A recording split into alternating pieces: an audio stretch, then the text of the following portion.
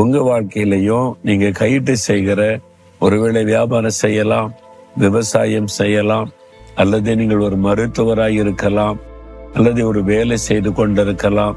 நீங்க கையிட்டு செய்கிற எல்லாம் ஆசீர்வதிக்கப்படும். கர்த்தர் உங்களுக்கு வாக்கு கொடுக்கிறார். இல்ல ஒரு ஆசீர்வாதம் இல்லையே அப்படி சோர்ந்து போய் இருக்கிறீங்களா? இல்ல, கர்த்தர் ஆசீர்வதிப்பார்.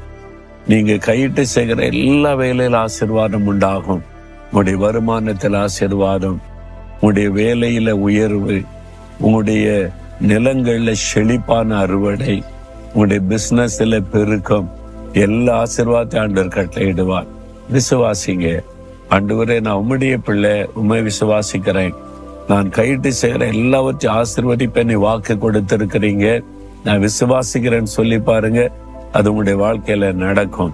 இப்ப சொல்றீங்களா? ஆண்டவரை பார்த்து சொல்லுங்க, ஆண்டவரே, நான் கையிட்டு செய்கிற எல்லாவற்றையும் ஆசீர்வதிப்பேன்